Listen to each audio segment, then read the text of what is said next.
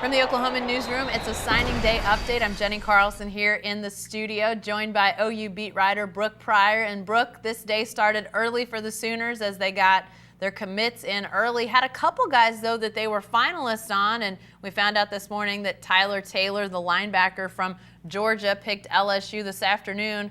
Five-star defensive tackle Marvin Wilson made his decision. It wasn't OSU, though, was it? Or it wasn't OU, was it? Well, it wasn't OSU either. That's true. Either Ohio State or Oklahoma State. It was Florida State. It's a little bit surprising, kind of seemed like the way that LSU had momentum going into today. And then in the guys they picked up today, like Tyler Taylor, looked like maybe that's where Marvin Wilson would land. Not the case. Instead, he is heading down to Tallahassee. So a guy that OU misses out on, but by no means does that entirely break this recruiting class. They've still got 27 other really talented guys coming in. Yeah, and you know, Brooke, you look at this signing class, and I know there's a lot of talk about Alabama and the 5 stars and the 4 stars, and they got a 4-star defensive lineman that I think they've convinced a gray shirt to wait a half year to go on scholarship, which is very rare. Mm-hmm. But you still look at Oklahoma's class, and while they didn't nab any 5 stars, the number of 4-star guys that they got still makes this a clear top 10 class. Do you feel like the Sooners will stay in that top 10 and really the strength being just sort of the number of guys that they got? Yeah, I think so. I mean, having 27 guys, I mean, at one point OU had the number 4 class, and then when Jacob Phillips decommitted and then flipped to LSU, it kind of dropped to number 5. This morning on Rivals, OU was number 6. But I don't think that any team that wasn't already above OU was going to make the push to just push them out of the top 10.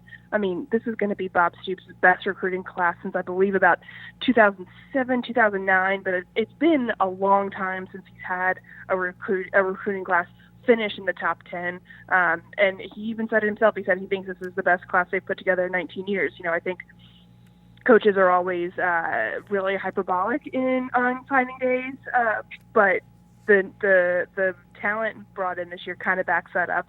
Looking at the number of 4-star guys, I think there's 14 maybe 4-star guys. I have to count again because there are so many. But I think this is definitely going to be a really talented class, a really balanced class with 13 offensive, 13 defensive, and 1 specialist all signing to come on for 2017.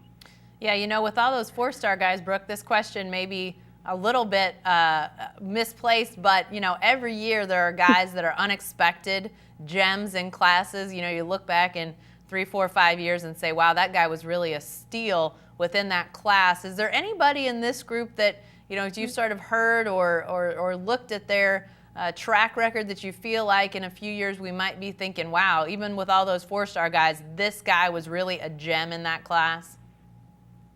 Well, I think the first name that kind of jumps to my mind is Ryan Jones, only because he wasn't someone that was really talked about or really heavily covered out this way. He's a guy from North Carolina, wide receiver, played at Mallard Creek, but he is coming to OU as a defensive back. Kerry Cooks went in there and sealed the deal last week to get him on board. But I think he's a guy that, with his athleticism and his talent, he's one of the most talented guys in the state of North Carolina at wide receiver. But I think that that's going to translate well to the other side of the ball. It'd be a guy that, you know, everyone was talking about, you know, Robert Barnes and Addison Gums and all these other defensive guys. But I think Ryan may end up surprising us in a couple of years. You know, as we heard from Bob Stoops on signing day, as we always do from the head coach, there's always a trickle of news that comes out, and it seems like today the news was on the defensive side of the ball, a couple things moving and shaking. Break that down for us, Brooke. Well, first of all, we've got news that Ricky DeBerry will be moving from outside linebacker to inside. Just a thing that Bob said that might happen, and then Mike kind of followed up and said, no, he's definitely moving. So look for that change. And then along those same lines, OU is now moving to a 4-man front, moving out of the 3-4 and back into the 4-3 to kind of combat some of the pass-happy offenses that we've seen in the Big 12. Kind of just wanted to get a couple other guys up there to rush the quarterback, rush the passer, and looks like they'll be starting to implement that this spring.